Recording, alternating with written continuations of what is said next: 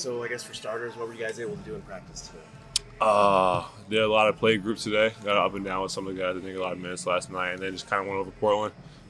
Just scouting, going over their off-stair sets and stuff like that. How's the ankle feeling? Feeling good. Felt good yesterday playing. Got some treatment done, so I'm excited for it. How did it feel to get back out there after a couple of games? It felt good. I kind of missed it for the past 3 games. I was eager to get back there and try to get a win for us, but it was just good to get out there and just get in the flow of the game and just play that way. How good was it to have KD back out there as well? It was great as well. He was been out a couple of games, and kind of just good having him back in the lineup and the way he was just playing. He played like he hasn't missed a step yet, so it was good for him. How do you guys kind of mentally approach a stretch where I imagine it's kind of demoralizing when one guy comes back, another guy goes down, but at the same time it's still December and you've seen what you can be when you are healthy? Yeah, just that next man up mentality. People are going to go down. I mean, Brad was out last night, so it's just kind of like, all right, we got to step up whoever's next. So the biggest thing for us is just try to pick up whoever's down, whoever's coming in the game to play a role and do their job. Noticed a few instances where you were being used as the screener. How do you like operating in those kind of looks? I mean, yeah, it's just my role. Kind of get these guys open, just making plays off the catch and roll, screen and pop, whatever I got to do. So I enjoy it. Getting downhill, I imagine, with your athletic, you almost had that one dunk. Yeah. I imagine that's a good spot for you in terms of putting that to good use. Yeah, that's the biggest thing. Just trying to use my athleticism as much as I can, and kind of catching drives on the corner and screening and rolling to paint sometimes. Just getting to use my athleticism as well. Can you walk me through that chase down block you had on Walker Kessler? Because it looked like you were coming around the screen, chasing Lowry. Yeah, I was immediately. I was chasing Rowley, and then I think O stepped up on Lowry, so he dumped it off to Walker, and I'm like, all right, I just gotta go try to contest it. And I just kind of predicted he was going to go on the other side, so it was a good block. Can you describe that feeling as a defender when you know, like, okay, I got this one, I can see this one? It's kind of hard to describe. It's just like an instinct thing. It's kind of just like once you see it, like, all right, this one's mine. I'm like, yeah, we can go get this one. But sometimes it's just up and down. Grayson, just how'd you feel getting? I mean, I know that you didn't miss a game. Yeah. But how did the ankle feel last night? I felt good. It was fine. No issues with it. No limitations. Thankfully, had a nice few-day break, however long it was, so I was able to be good. Curious, it felt like you found rhythm in the second half. And A, is that a fair assessment? And B, what do you feel like was working for you in the second half as opposed to the first one? Of the game? Yeah, that yeah, game yeah, specifically?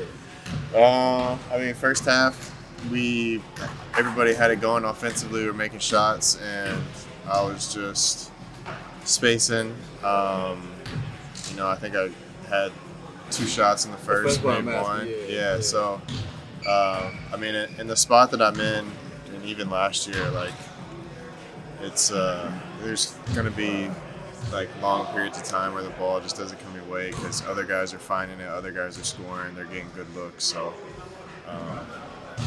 it's not much to it. In the second half, I had that one 5-minute span where you get 4, 5, 6 shots. So you kind of got to let the game come to you, and I should have knocked down 1 or 2 more there in the second half, but that's just all about the direction the ball is going. How do you guys kind of mentally approach this stretch? I imagine it's pretty deflating when one guy comes back, another guy goes down, but also it's still early in the season, and you've seen what you can be when you are fully healthy. Yeah, I mean, we just keep working, keep getting better. Like, we have to win games. Missing a guy here or there, that's just something we have to figure out. So, happy to have Kev back, and hopefully Brad's back quickly. But the whole NBA, I feel like every team you play has somebody out, and I think it's super frustrating for us because we want to know, we want to get a long stretch together with everyone, but that's just kind of how the regular season of the NBA goes. So, hopefully we get a full strength back, but we just got to string together some wins with 1, 2, however many guys out. I don't know if this is a fair assessment, but it feels like you've been used as a screener a lot more this season than maybe in the past. What are some things that you're kind of focusing on when you're in those looks where you're screening for Book or Brad or KD? It's a read because there's a lot of different things I can do off of it, especially with being a shooter and being able to slip out sometimes. So, early jump switch, trying to slip out or slip roll. If they're trying to stay home, I'm really trying to set the screen and free up Book, Kev, Brad, whoever has the ball. And if they're kind of doing that level switching, like it's trying to get a good angle, get underneath, and catch it in the pocket, which I've done a few times this year. So a few different reads, but really just trying to read my defender, ball handler's defender, and make the right choice out of it. You guys are 7th in assist rate this year. I'm just curious, does the ball movement feel any different than it kind of did last year? A little bit, yeah. I think that we're doing a better job this year of playing through the clock. I think we get into multiple actions. After the first one doesn't work, we kind of get into, Bud likes to say random all the time, so we kind of get into second, third action where we don't know what it is, but we're just playing, we're not standing and watching. So I think that the second half of our offense, when we get down into the shot clock or the first action doesn't work, us continuing to move and have player movement is probably helping us get a lot more assists and better shots up. You had guys had a season high in assists. Is that? I know you got to make a shot to get an assist, so that's one thing. But as far as ball movement, how would you rate it last? It was a good game for ball. I don't know if it was our best. We definitely made a lot of shots, which helps your assist rate.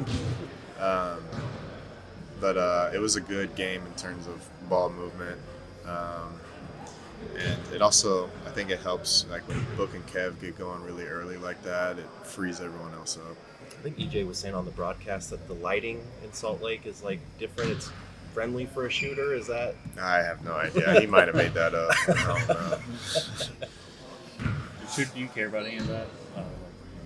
Visuals when you're fighting in arenas or anything? I don't think it makes too much of a difference. I think the first time I played in Brooklyn, maybe. Brooklyn has a really dark stand.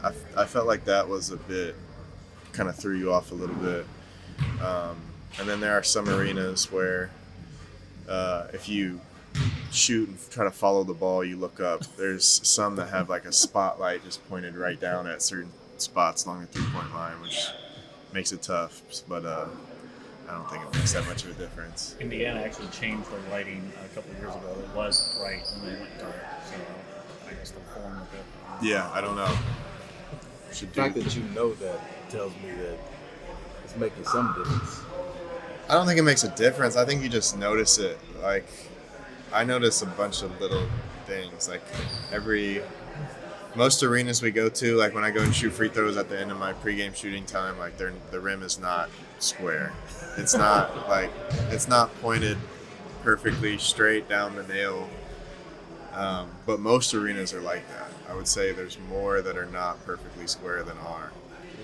And it depends game to game too. Like we could just be there on a game where whoever set it up was like a inch pointed left or right. Like it doesn't make a huge difference when you get into it, because when you're shooting from these spots, you're looking at the rim. You're not like shooting based on where you think it should be. But I mean, there's always something different about each gym each night.